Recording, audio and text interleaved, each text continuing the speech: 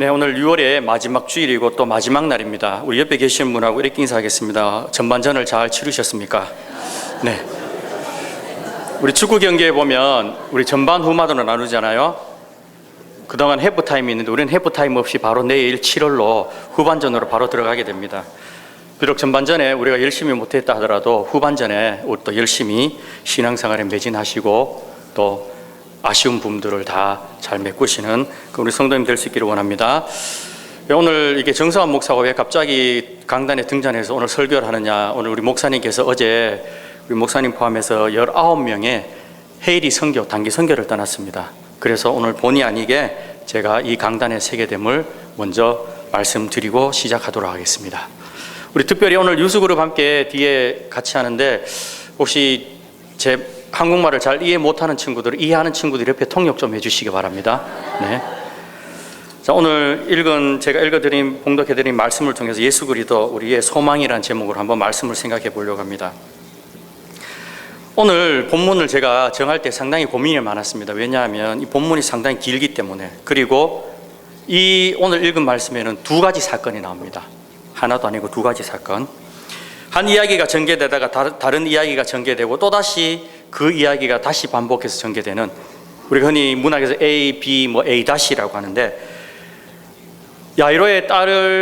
죽어가는 야이로의 딸을 살리기 위해서 해당장인 야이로가 와서 예수님 앞에 엎드려서 살려달라고 하는 이야기가 전개되다가 느닷없이 갑자기 또 12해를 혈루증으로 앓던 여인이 예수님 앞에 와서 고침받는 사건, 그리고 다시 야이로의 딸의 그 가난 기사가 계속되는 이러한 구조로 되어 있습니다. 이러한 구조를 소위 이러한 기법을 샌드위치 기법이라고 그럽니다. 빵 속에 빵에다가 가운데 어떤 속을 넣고 그 다음에 빵을 덮는 것처럼 이야기 속에 또 다른 이야기가 있는 그런 기법이라고 말할 수 있습니다. 그렇다면 이 마가 기자가 이 사건을 다루고 이 사건을 기록할 때에 무슨 의도가 분명히 있었다는 겁니다. 그렇지 않고 이렇게 쓰지 않았다는 겁니다. 사실 마가복음은요, 요즘 신학자들은 이 마가복음은 복음서 중에서 가장 먼저 쓰여졌을 거라고 그렇게 이야기를 하는데, 왜 그러냐면 마가복음은 좀 짧게 이렇게 쓰여 있습니다. 그리고 글씨 자체가 상당히 투박합니다. 원문을 보시면 하나님 나라의 복음의 시작이다 이렇게 말하면서 짧게 하면서, 좀 누가복음 같은 경우는 누가가 의사 출신 아닙니까? 아주 세밀하게 디테일하게 쓰면서 잘 나열해놓고 아주 자세한 부분까지 하지만 마가는 그렇지 않았습니다. 그럼에도 불구하고 오늘은 비교적 사건을 길게 이야기하고 잘 다루는 것을 보게 되는데, 아무튼 이렇게 마가가 이야기 가운데 다른 이야기를 삽입해서 기록했다는 것은 이 12해를 혈루증으로 앓던 여인이 치유받는 사건을 통해서 지금 야이로의 딸이 죽어가는, 나중에는 죽었습니다. 그런데 살린 이 사건에 뭔가 상관관계가 있다는 겁니다. 전혀 무관치 않다는 그런 게 아닙니다. 무언가 관계가 있다는 것을 이야기합니다. 자, 우리 창세기에 보시면 요셉의 이야기, 그리고 38장에 보면 유다와 다말의 이야기가 나오는 것을 알 수 있습니다. 그리고 다시 요셉의 이야기가 전개되는 것을 볼 수 있는데, 여기서 창세기 기자도 마찬가지입니다. 유다와 다말의 사건을 통해서 지금 요셉이 애굽에서 당하고 있는 그 고난을 이야기하는데, 그 시아버지 유다 때문에 고난당하는 다말, 그 이야기는 집에 가서 한번 읽어보시고 그 무슨 내용인지. 그런데 형제들의 애매한 그러한 고통을 줘서 그 요셉이 고난받는 것, 애굽에서 고난받는 게 무관치 않다는 것을 이야기하기 위해서 창세기 기자가 그렇게 서술한 것처럼 오늘 이야기도 마가 기자가 그렇게 이야기하고 있습니다.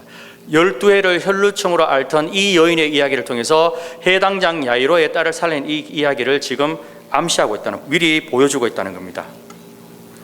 자, 이야기의 줄거리를 한번 따라가 보겠습니다. 자, 해당장이라면 야이로라는 사람이 나오는데, 당시 해당장이라면 어떤 사람이냐면 많은 사람들로부터 존경이 대상이 된 그런 사람입니다. 제사장 반열하고는 또 다릅니다. 레위 계열에. 이 해당장은 당시 해당의 지폐의 우두머리입니다. 만약 이게 해당이라고 그러면 그 해당의 우두머리가 해당장인데 야이로라는 사람입니다. 그리고 이 사람은 해당을 관리하고 예배의 순서 작성 및 질서를 유지하고 심지어 재판까지, 그리고 기타 사무 등을 관할하던 장로 출신의 지도자라고 할 수 있습니다. 당시 사회적 지위와 명성을 가진 사람이라고 할 수 있다는 겁니다. 그런데 이 해당장인 야이로, 그의 딸이 지금 다 죽어가는, 총각을 다투는 마당에 지금 그런 처지기에 평소 예수님에 관해서 소문을 들었던 이 야이로가 예수님 발 앞에 엎드려서 간구합니다. 자기 집에 오셔서 자신의 어린 딸을 살려달라는 겁니다. 해당장의 나이가 얼마인지 모르겠지만 아마 연륜이 꽤 있었을 겁니다. 사회적 지위와 명성이 있고 그 정도 급이 되면.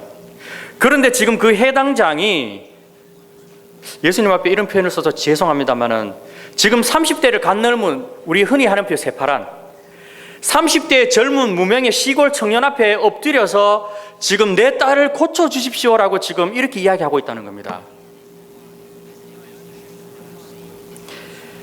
지금 이 마가 기자가 해당장을 등장시킨 이유가 뭔지 아십니까? 해당장은 지금 유대교로 대표되는 그러한 사람입니다. 유대교로 상징되는 사람이라는 겁니다. 율법의 정교인 유대교로 상징되는 사람을 지금 등장시켜서 지금 유대교의 한계가 무엇인가를 지금 보여주고 있는 겁니다. 야이로의 이름 뜻이 깨달은 자 여러 가지가 있는데 그 중에 또 보니까 살리는 사람, 이런 의미가 있더라고요. 그런 의미를 가진 야이로가 막상 자기 딸이 죽어가는데 자기는 아무것도 할 수 없습니다. 자기는 아무 손도 쓸 수 없고 예수님 앞에 찾아 나올 수밖에 없는, 바로 유대교의 한계, 사람을 살리고 회복시켜야 될 종교가 사람을 살리고 회복시키는커녕 전혀 손을 쓸 수 없는 그러한 처지에 이르렀다는 것을 보여주기 위해서 지금 마가 기자가 해당장 야이로, 유대교로 대표되는 지금 해당장 야이로를 등장시키는 겁니다. 해당장은 더 이상, 그리고 유대교는 더 이상 그 기능을 감당할 수 없다는 겁니다. 자, 아무튼 예수님께서 야이로와 많은 사람들과 함께 해당장의 집으로 지금 발걸음을 옮기고 있습니다. 그런데 느닷없이 벼랑간 12해를 혈루증을 앓던 여인이 나타나서 예수님의 지금 옷가에 손을 대는 사건이 일어납니다. 이 여인도 익히 예수님의 소문을 들었던 터라 예수님을 만나서 그 옷가에라도 손을 대면 분명 나을 것이라는 그러한 믿음을 가지고 예수님의 옷자락을 만졌는데, 이게 웬일입니까? 그가 그동안 앓고 있던 12에 12년이나 앓고 있던 그 혈루증이 나아버렸다는 겁니다.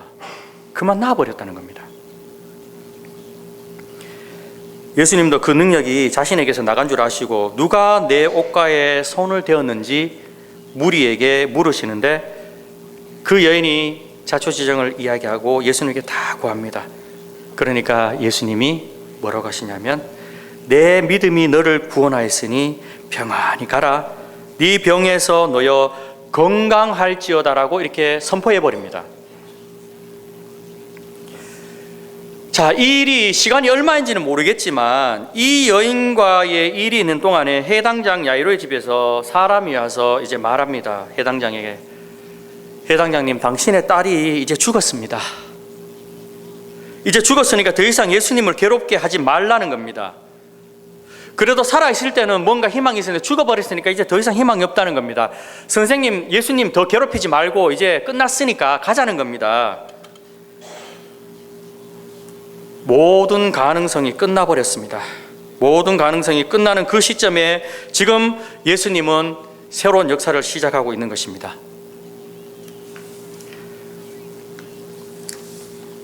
예수님의 의도를 한번 보시면, 예수님께서 지금 죽어가는 사람이 더 급하겠습니까? 12해를 혈루증으로 앓고 있는 여인을 치유하는 게, 물론 그 여인의 손을 댔기에 그가 시간을 끌었습니다마는 지금 죽어가는 사람 구하는 게 더 급하지 않겠습니까?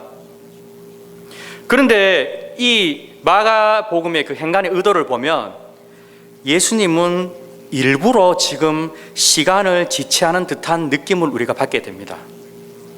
마치 죽은 나사로를 살릴 갈 때도 막 이렇게 가자 그러니까 예수님이 일부러 더 유아인 것처럼 예수님이 일부러 시간을 더 지체합니다.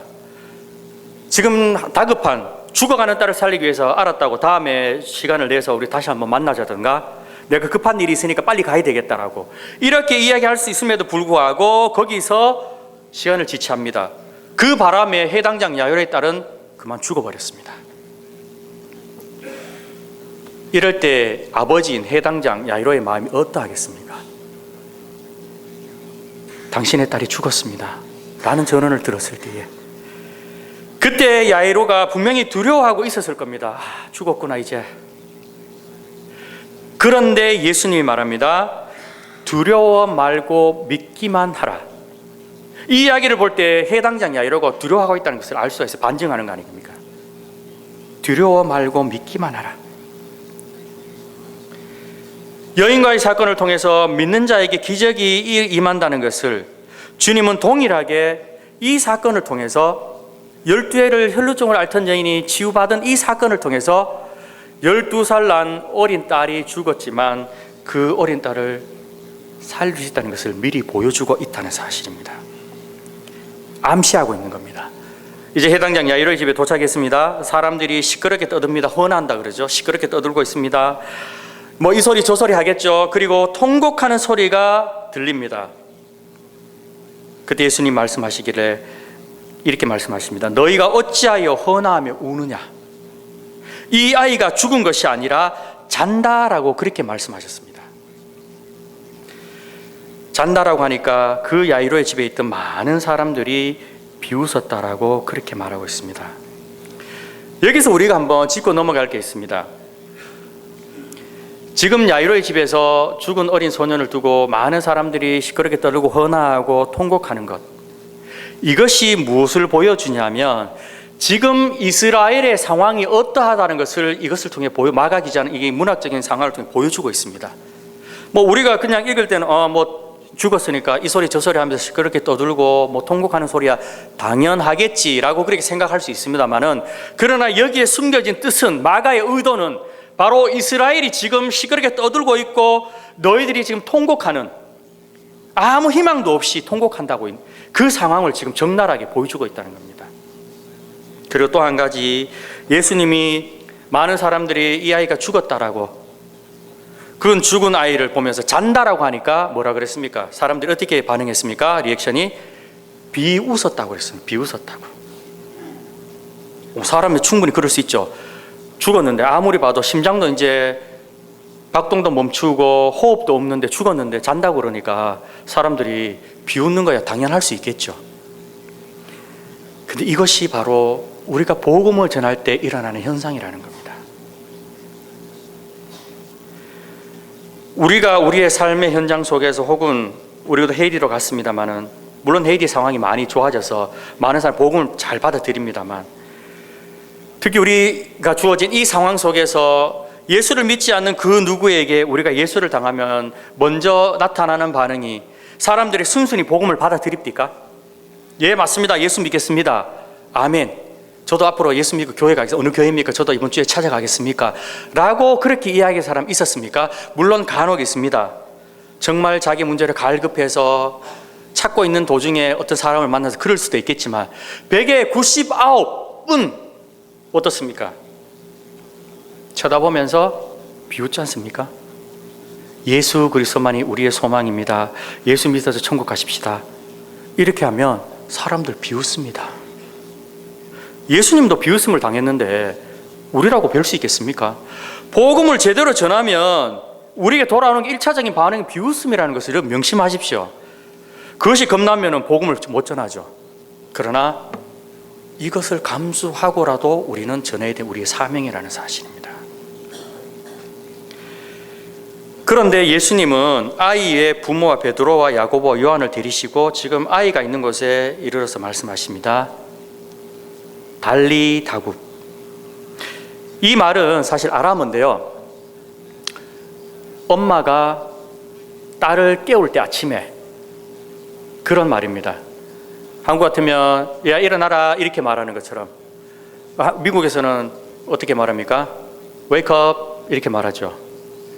물론 좀 더 지나치면 Wake up, Wake up 라고 말하기도 엄마들이 하겠지만, 그냥 다정하게 웨이크업, 일어나라, 아이야 일어나라, 이런 말입니다.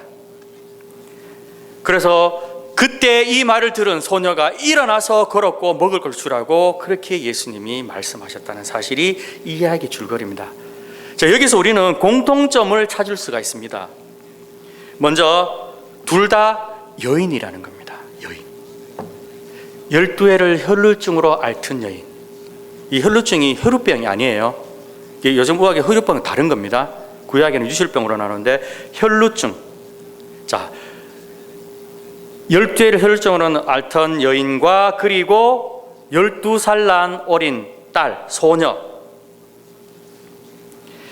12해를 혈루증으로 앓던 여인은 그동안 자기가 가지고 있던 모든 가산을 병을 고치려는데 다 써버렸다고 했습니다. 이제는 아무것도 남지 않았다고. 그리고 많은 의원을 만나서 병을 고치고자 그렇게 노력해봤지만 오히려 더 고생하고 나아지기는커녕 더 중해지고 몸은 몸대로 망가지고 돈은 돈대로 다 써버린 상태였습니다. 여러분, 사람이 10년 이상 병을 가지고 그 병마와 싸운다면, 그 치유를 위해서 힘썼는데도 소용이 없다는 것은 어떤 의미에서는 더 이상 참 희망이 없다라고 그렇게 이야기할 수도 있을 것입니다. 물론 요즘에는 조금 의학이 좋아져서 괜찮을 수도 있겠습니다만은 예수님 당시에는 10년 이상 그 병을 가지고 고치려고 했는데 용하다는 의원들을 다 만나봤는데 못 고쳤다? 더 이상 희망이 없다는 겁니다. 12년 동안 병을 앓았다는 것은 더 이상 사람으로서는 할 수 있는 것은 다 해보았는데 더 이상 손을 쓸 수 없고 이제는 하나님의 손길만이 필요하다는 것을 보여주는 겁니다. 12라는 숫자가요, 그 하나님의 계획과 성취를 나타내는 숫자인데 완전수라고도 합니다. 7일 7도 그렇지만 여인이라는 공통점과 12라는 공통점이 함께 있습니다. 사람이 10년 이상 사실 그 병과 투쟁하면 거의 박사 수준이 됩니다. 오히려 의사들은 자기가 그 병에 대해서 실제로 자기가 당해보지 못했기 때문에 의학서를 보든가 물론 임상을 통해서 이렇게 해서 하지만 그 병을 가지고 있는 사람은 24시간 병을 가지고 있기 때문에 의사가 뭐 이렇게 해라는 것보다 더 잘 알 때가 만 10년 이상 가지고 있으면 도사가 됩니다. 사실은 오히려 의사한테 가르쳐 줍니다. 이럴 때는 이렇게 했습니다. 이렇게 하고, 그렇습니까? 라고 배울 정도로. 뭐 옛날에 보니까 10년 법칙이라는 책이 있더라고요. 하루에 몇 시간씩 투자해서 10년 하면 한 1만 시간 되는데 1만 시간 이상 하면 그 분야의 전문가가 된다고 합니다. 전문가가. 그런데 병이라는 것은 24시간 자기가 몸에 지니고 안 삽니까? 그러니까 10년 이상 12년이면 똑같았다는 거죠. 그런데도 고쳐지지 않았다? 이제는 하나님의 손길이 임할 때가 됐다는 것, 하나님의 계획과 성취를 나타낼 때가 시기가 됐다는 것을 말해주고 있습니다. 12해를 혈루증으로 앓은.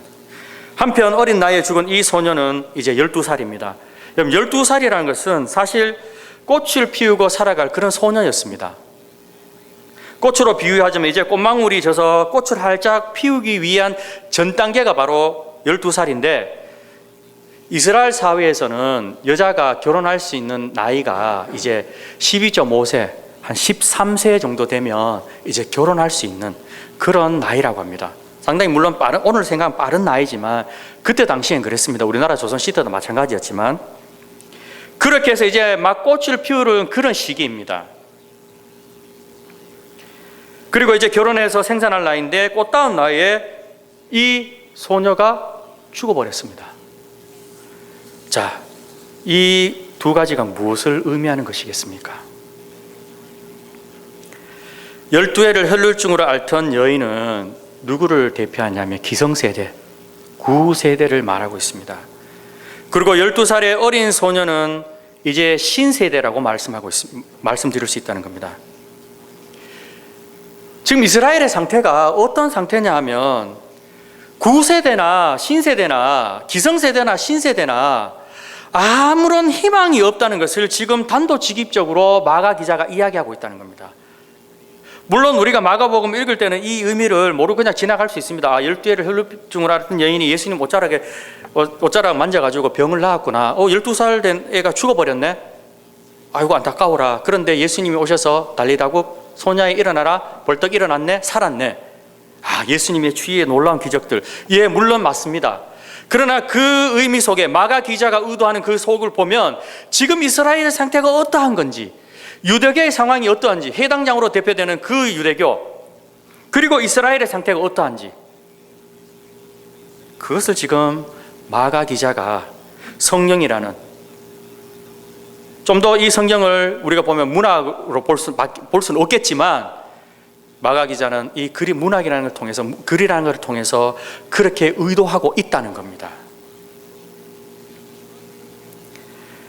아무런 희망이 없는 구세대나 신세대나 아무런 희망이 없는 그러한 상태를 지금 예수님은 마가 기자를 통해서 이스라엘 사회를 고발하고 있다는 겁니다. 그럼에도 불구하고 이 여인, 혈루증을 앓던 이 여인은 격리 수용되어야 될 그러한 여인이었습니다. 여러분 구약 성경에 보시면, 레위기에 보시면 이 혈루증이 유출병이라고 그렇게 나옵니다. 이 유출병은 여인이 가진 병 아닙니까? 이 유출병을 가지고 있는 자는 공동체 속에 들어올 수가 없습니다. 공동체와 격리되어서 생활해야 됐고, 만약에 공동체에 들어와서 발각되면 맞아 죽습니다. 레위기 15장 그 앞에 보시면 문능병이 나와 있고 그 다음 유출병이 나와 있는데, 문능병이나 유출병, 이 혈루증은요 다 부정해서 공동체 속에서 함께 생활을 할 수 없는, 만약에 공동체에 들어다 걸리면 그냥 돌에 맞아 죽어도 싼 그러한 부정한 병이었습니다. 그래서 유출병 환자가 앉았던 그 자리도 부정하고 대면 부정하고 다 부정했습니다. 그런데 이 여인은 지금 용기를 가지고 믿음으로 우리 주님 앞에 나옵니다. 아마 죽기 살기로 이왕 지금 살아있지만 산 것 같지 않는, 당시 사회 속에서는 죄송합니다, 여인은 아무래도 남자에 비해서 많이 무시를 당했습니다. 그 당시 사회는 어린이도 마찬가지고 장애인도 마찬가지였고, 더구나 부정한 병을 가지고 있는 이 여인으로서는 지금 살아도 살아있는 게 아닙니다. 공동체 속에서 함께 살아야 되는데 격리되어서 혼자서 살아가는 게 이게 사는 거겠습니까? 지금 살아도 살아있는 게 아닙니다. 그래서 이 여인은 예수님의 소문을 듣고 지금 죽기 살기로 맞아 죽어도, 죽는 거는 매 일반, 맞아 죽어도 좋으니 예수님을 한번 만나보고 싶었다는 겁니다. 돌에 맞아 죽는 한이 있더라도 예수님을 꼭 한번 만나봐야 되겠다. 그 옷에라도 지금 내가 손을 대봐야 되겠다. 분명 그러면 뭔가 일이 벌어질 거라는 것을 믿었던 겁니다. 그러자 그녀가 가지고 있던 그 병에서 노임을 받을 수 있다는 이런 이야기. 그런데 여기서 우리는요 한번 생각해 볼 필요가 있는 것이, 구약 율법은 부정한 것에 손을 대면 많은 사람들이 그 사람도 부정하게 됩니다. 그런데 예수님은 부정한 것에 손을 댈 때 오히려 예수님이 부정해진 것이 아니라 부정한 것이 정한 것이 되는 그런 역사가 일어났다는 사실입니다. 옛날 같으면 부정한 거 보면은 피해야 됐습니다. 당연히 예수님도 구약이란 피해야 되겠죠. 그러나 그 여인은 예수님의 손을 잡으니까 오히려 부정한 그 여인이 나음을 입었습니다. 예수님이 부정하게 된 것이 아니라. 이게 바로 예수님과 율법의 차이를 보여주고 있다는 겁니다. 그게 유대교의 한계였다는 겁니다. 그게 결국은 유대교를 사람을 살리지 못하지만 예수님은 지금 사람을 살리고 치유하시는 분이라는 사실을 우리에게 말해주고 있습니다. 나아가서 오늘 우리 이 여인을 통해서 더 한 가지 생각해 볼 필요가 있는 것이 있습니다. 오늘날 또 많은 사람들이 주일에 교회에 옵니다. 오늘 특별히 2부 예배, 1부 예배도 조금 오셨습니다만 2부 예배 우리 유스그룹까지 많이 왔습니다.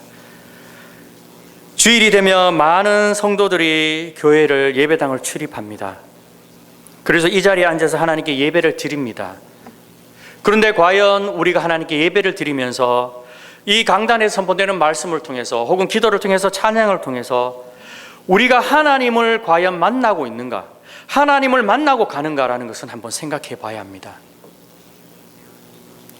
오늘 이 여인의 간절한 심정처럼 주님을 찾고자 이 예배당에 왔는가? 그렇지 않으면 그냥 주일이 되니까 성경책 툭툭 털어서 일주 동안 놓여있던 그 먼지 털고 주일에 와서 교회에 와서 예배를 드립니다만, 지금 이 시간에도 우리가 무슨 생각으로 있는지 알 수는 없습니다. 저는 하나님은 아시고 본인은 아시겠죠. 오늘 이후에 만날 사람이 있는데 약속 잡아야 되는데 약속 잡고 어느 식당에 갈까, 혹시 맛있는 것, 그리고 이런 생각하고 있고 저를 쳐다보고 있지만은 생각, 머릿속에서는 계속 그 생각 혹은 앞으로 이렇게 오후에 벌어질 그 일들을 생각하면서 그렇게 있을 수도 있습니다. 이 예배당에 와서 출입을 하지만 그러나 모든 사람이 다 예수님을 만나는 것은 아니라는 사실입니다. 당시에 많은 사람들이 무리가 있어서 예수님을 에워싸고 있었습니다. 그런데 그 가운데 그 12해를 혈루증으로 앓던 여인이 예수님의 옷자락을 잡고 예수님을 만나고 예수님을 통해서 치유함을 받았습니다. 많은 사람들이 있었지만 예수님을 그냥 보고 있었습니다. 관전하고 있었습니다. 예수님이 어떻게 하나 보기를 위해서. 그리고 야이로의 딸의 집에 가는데 죽어가고 있는데 이제 죽었어. 그러니까 어떻게 하나 한번 보러 가보자. 그동안 많은 기적을 일으키고 치유했는데 이번에도 과연 할 수 있을까 한번 두고 보자 라고 하듯이 오늘 교회에 와서도 오늘은 강 목사님 아니고 정 목사인데 오늘 설교 어떻게 하나 보자 하면 꼬투리는 참 안 잡힐까 한번 두고 보자, 이렇게 관전하러 오시는 분도 꽤 많을 수 있다는 겁니다. 저는 뭐 솔직히 제 자신도 알고 있지만 와이프도 그렇게 이야기하지만 설교 잘하지 못합니다. 별로 잘할 능력도 없고 잘할 생각도 없습니다. 그냥 주어진 대로 하는데 오늘 또 이 자리에 와서 하나님을 만나기보다는 목사 설교하는데 혹시나 이게 좀 이거 다른데 본문의 의도는 이게 아닌데 왜 저런 소리를 할까? 하나님을 만나기보다는 사람 보면서 사람 눈치 보고 교제하러 온 것은 아닌지. 교제도 중요합니다. 그러나 그것이 선행되어서는 안 된다는 겁니다. 먼저 주님을 만나야 한다는 사실입니다. 오늘 이 여인과 같은 믿음과 간절한 열망으로 여러분 주님께 찾아왔습니까? 주님을 만나기를 간절히 사모하십니까? 오늘 말씀을 통해 접점을 해서 우리 주님을 만나기를 원하십니까? 그런 자들에게 복이 있을지어다. 아멘. 이쪽에밖에 안 나오네요. 오늘 모두가 주님을 만나고 가시기를 원합니다. 교회 그냥 예배당만 빨고 왔다 갔다 하는 분들이 아니라 주님을 만나고, 주님 일주일 우리가 살아야 되는데 수요일도 별로 못 나오잖아요. 겨우 와봐야 30몇 명밖에 안 와요. 우리 한 250명, 270, 80명 돼요. 애까지. 수요일날 교회 온다는 거 정말 힘들어요. 저도 오지만 힘들어요. 사회생활 하시면서 힘든데 오늘 이 시간만큼은 집중해서 말씀을, 은혜를 받고 다시 우리가 일주일을 살아야 되지 않습니까? 그렇게 살기 위해서 주님을 만나고 가야 되죠. 그냥 예배당에 와서 예배 그냥 한 시간 넘어가면 그때부터 시계를 보기 시작하면서 이제는 10분 되면 이제는 곧 마칠 거다. 안 마치면 여러분 마음속에서 온갖 것이 다 올라옵니다. 저는 좀 이따가 마치려고 합니다. 여러분 너무 걱정하지 마십시오. 짧은 시간이지만 정말 주님을 만나고 가시기 바랍니다. 그럼 이 세상에서 우리가 일주일 한 주간 살 때에 쓰러집니다. 우리가 그렇다고 해서 집에 가서 말씀을 매일 묵상하고 잘 읽습니까? 잘 읽지 못하는 게 우리의 형편 아닙니까? 물론 읽는 분도 계십니다만 그런 분까지 폄하하진 않겠습니다. 이 한 시간만이라도 우리가 집중해서 우리 하나님을 만나고 내가 또 한 주간을 살겠습니다. 그럴 때 하나님 믿음 주시고 용기 주셔서 이 한 주간을 승리하며 살아가게 해주십시오 라는 그런 마음으로 이 시간을 우리가 하나님께 예배할 수 있기를 원합니다.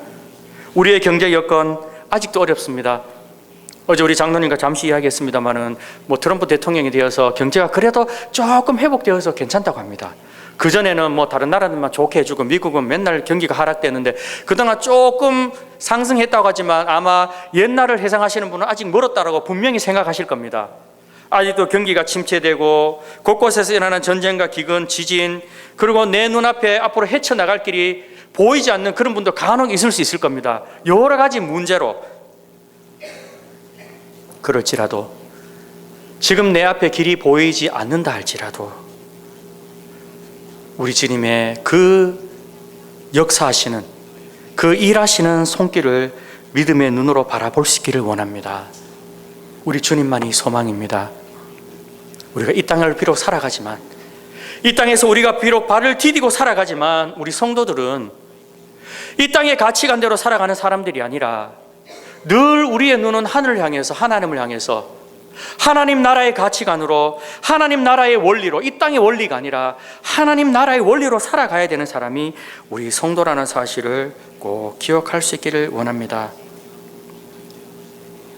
주님을 의지하는 믿음, 그 믿음을 통한 용기를 가진 자만이 세상을 바꿀 수 있습니다. 존 맥스웰이라는 사람이 이렇게 말했습니다. 대부분의 어려운 시기에 한 사람을 리더로 만드는 것은 바로 용기다라는 것 라고 이렇게 이야기했는데, 이 용기를 보여준 사람이 바로 종교개혁자 루터였습니다. 루터가 종교개혁을 할 때, 사실 루터가 종교개혁을 하려고 했던 것은 아니었어요. 처음부터 이렇게 하다 보니까 95개의 반박의 리텐베르그 그 종합대학 그 정문에 붙이면서 그게 시발점이 되어서 종교개혁을 하게 되었는데, 종교개혁을 하다 보니까 낙심도 될 때가 많이 있었습니다. 심지어 그때 로마 가톨릭에서는 루터에게 파문장을 던졌습니다. 파문장을 준다는 것은 뭐냐면, 너 이제 구원 없다, 너 이제 지옥이다, 너 천국 못 가, 끝이야 너, 이 말입니다.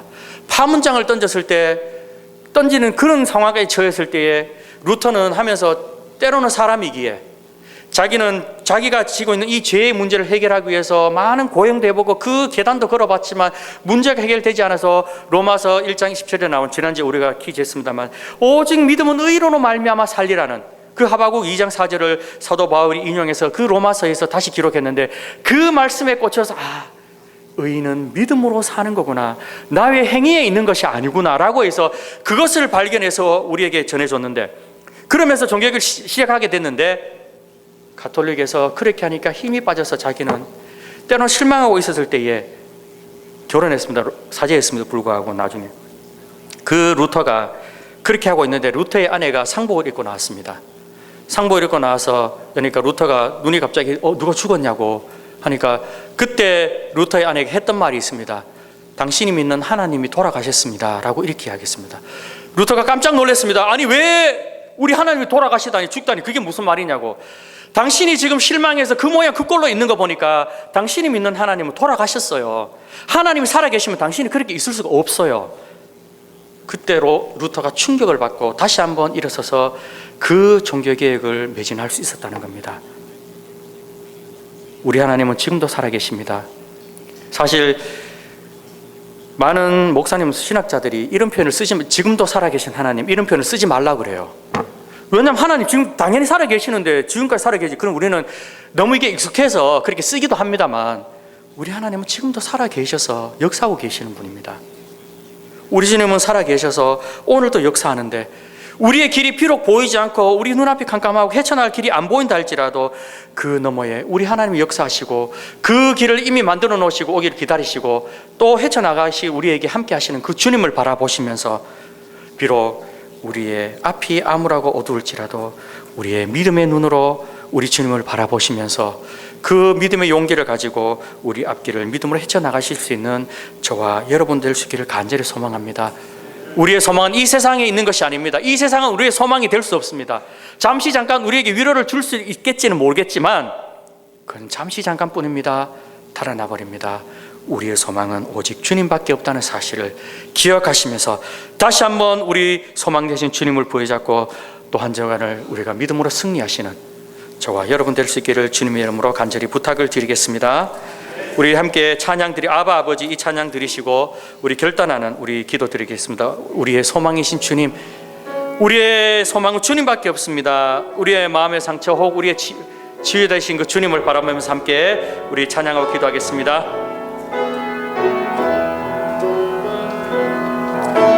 아바 아버지, 아바, 나를 안으시고 바라보시는 아바 아버지, 아바 아버지, 아바 아버지, 나를 도우시고 힘주시는 아버, 주는 내 마음을 고치시고 주는 내 마음을 고치시고 볼 수 없는 상처 만지시네. 나를 아시고 나를 이해하시네. 내 영혼 새로 다시 한번 아바 아버지, 아바 아버지, 아바 아버지, 나를 안으시고 바라보시는 아바 아버지, 아바 아버지, 아바 아버지, 나를 도우시고 힘주시는 아버. 주는 내 마음을 고치시고 주는 내 마음을 볼 수 없는 상처 만지시네. 볼 수 없는 상처.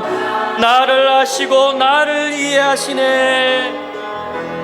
나를 아시고 나를 이해하시네. 내 영혼 새로 주는 내 마음을 고치시고 주는 내 마음을 고치시고 볼 수 없는 상처 만지시네. 나를 아시고 나를 이해하시네. 내 영혼 새롭게 세우시네. 우리 주신 말씀을 생각하면서 우리 결단하는 기도 하나님께 우리 합심해서 올리겠습니다. 하나님 감사합니다. 이 시간 주신 말씀 우리가 다시 한번 우리가 묵상해 보면서 12해를 혈루증으로 앓던 여인, 그 어린 12살의 어린 소녀, 아무런 희망이 없었습니다만 우리 주님이 치유해 주시고 우리 주님이 살리셨다는 사실, 하나님 주님만이 우리의 소망이 되신다는 사실입니다. 이 세상이 우리에게 많은 것을 줄 것 같지만 그러나 그것은 잠시 잠깐이요 언젠가는 없어져 버릴 것입니다. 영원히 변치 않으시는 우리 주님, 우리 주님의 그 손길을 의지해서 오늘 또 우리가 믿음으로 우리가 살아가려고자 합니다. 하나님 우리에게 펼쳐질 우리 또 새롭게 될 우리 하반기 7월을 우리가 믿음으로 승리할 수 있는 우리 모든 성도들 다 될 수 있도록 주님 도와주시기를 간절히 소망합니다. 하나님 아버지, 우리의 소망 되신 주님, 이 세상의 가치관과 이 세상의 원리가 아니라 하나님 나라의 가치관과 하나님 나라의 원리로 우리가 살아가는 우리 뉴저지 제1한인교에 속한 우리 모든 성도들 다 될 수 있도록 하나님 은혜를 내려 주옵소서. 지금은 우리 주 예수 그리스도의 은혜와 하나님의 크신 사랑과 성령님의 위로교통 충만하심의 은사가 우리의 영원하시고 유일한 소망 되신 예수 그리스도, 그 예수님만을 우리가 굳게 부여잡고 우리가 상반기를 살았는데 또 2019년 남은 하반기를 믿음으로 살아가기를 다짐하며 소원하는 이 자리에 함께한 우리 모든 뉴저지 제1한인교회 성도, 그리고 지금도 헤이티에서 선교 사역을 담당하고 계신 우리 목사님과 모든 선교 팀원들, 그리고 지금도 세계 곳곳에서 선교 사역을 담당하고 있는 우리 선교사님들, 그리고 우리의 앞으로의 일주일의 삶들 가운데 지금으로부터 영원토록 함께 있을지어다. 아멘.